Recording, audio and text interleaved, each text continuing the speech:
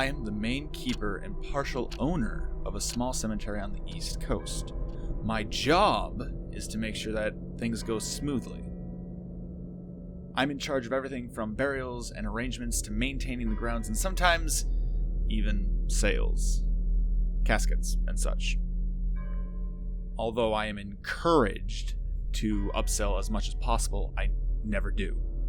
It doesn't seem right to try to get every last penny out of someone who's just lost a loved one. And, after all, it's just a box. It being prettier than the others isn't really of the utmost importance. Last time I checked, the dead don't care about fashion. I just hope they're staying dead. This week, I drew the short straw and had to work the 9 p.m. to 6 a.m. shift. We usually have a security guard, but he called in due to a family emergency. There had been some strange happenings occurring on site recently, and we all thought that a group of local kids might be vandalizing the property at night. I set up in the main office, which was located in the dead center of our 40.6 acres of property. There was an old VCR in the lounge that had been there for years. When I pressed play, I was surprised to see Abbott and Callisto meet Frankenstein in old-fashioned lettering. Frankenstein was just about to grab the main character when I heard a sound that sounded like a small explosion outside, and then another, and another. Grabbing my flashlight, I wondered if it was the local kids that had broken in and set off some unusual fireworks from the 4th of July. The idea of calling the cops immediately passed through my mind, but I thought better of it.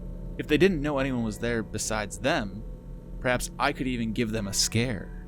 Liking that idea, I shut the flashlight off and crept out the back entrance. Quickly running across the edge of the cemetery, my body was now concealed in the thick shadows as I made my way closer to the explosions. There was a 4th and then 5th boom. And then silence. Suddenly I saw the outline of 5 figures standing together around the water of a large pond we maintained. Gotcha, I thought, a wide smile spreading across my face. Thinking over the best way to scare them off, I decided on the old police routine.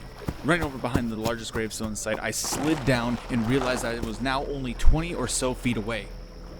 I was filled with a mixture of excitement and nervousness, and for a moment, I thought better of the whole plan.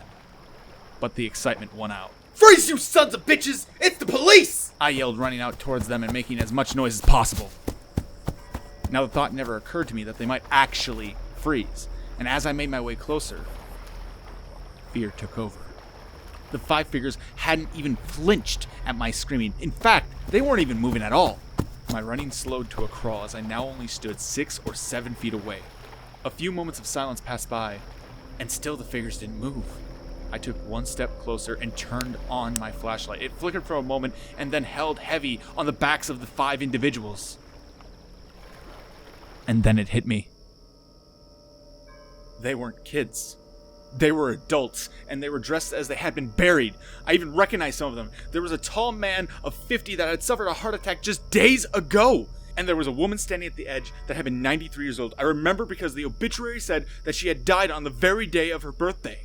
Fear now was indeed taking over. I forced myself to say the only thing that would pop into my head. Hello?